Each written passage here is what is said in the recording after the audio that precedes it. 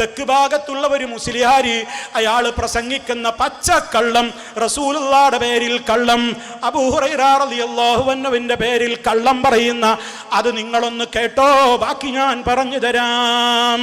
മരണപ്പെട്ട് കഴിഞ്ഞാൽ നമ്മുടെ റൂഹ് എന്നാണ് തിരിച്ച് വീട്ടിലേക്ക് വരുന്നത്? 7 രാത്രികളിൽ നൗഷാദ് ബാക്കവിയുടെ മകൻ മുസ്താഖ് അഹമ്മദിന്റെ റൂഹ് ഞങ്ങൾ താമസിക്കുന്ന വീടിന്റെ വാതിലിൽ വന്ന് നിന്നിട്ട് ഞങ്ങളോട് കരഞ്ഞുകൊണ്ട് ചില വർത്തമാനങ്ങൾ പറയും.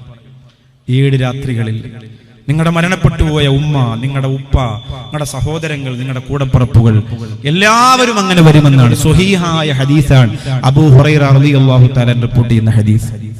നമ്മളെ വീട്ടിൽ നിന്ന് മരിച്ചുപോയ ഉമ്മ, ബാപ്പ തുടങ്ങിയിട്ടുള്ള എല്ലാ ആളുകളും നമ്മുടെ വീട്ടിലേക്ക് കയറി വരുമെന്ന്.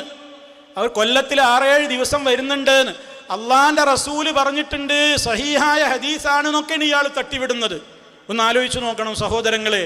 ഇത്തരത്തിലുള്ള ആളുകൾക്ക് ഇതവർ സമൂഹത്തോട് പരസ്യമായി പ്രസംഗിച്ചതല്ലേ, അതുകൊണ്ടാണ് ഇവരെ ഇട്ടുകൊണ്ട് പരസ്യമായി നമുക്കിത് പറയേണ്ടി വരുന്നത്.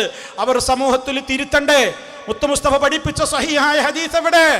അങ്ങനെ ഒരു ഇസ്ലാമികമായിട്ട് മരിച്ചുപോയവരുടെ റൂഹൊക്കെ നമ്മുടെ വീട്ടിലേക്ക് ഇങ്ങനെ കയറി വന്ന് നമ്മളോട് വല്ലതും തരുമോ, എന്താ നിങ്ങൾ ഞങ്ങൾക്ക് വേണ്ടി ഫാത്തിഹ ഓതാത്ത് എന്നൊക്കെ പറഞ്ഞ് വാതിൽക്കൽ നിന്ന് കരയുമെന്നാണ് ഈ മുസ്ലിയാർ പറയുന്നത്. ആലോചിച്ചു നോക്കൂ.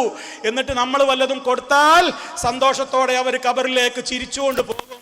ഒന്നും കൊടുത്തില്ലെങ്കിലോ അവർ വല്ലാത്ത സങ്കടത്തോടെ കരഞ്ഞുകൊണ്ട് ഖബറിലേക്ക് പോകുന്നു. എന്നിട്ട് അള്ളാഹുവിന്റെ റസൂല് പറഞ്ഞു എന്ന് പച്ച നോണ പറയുക.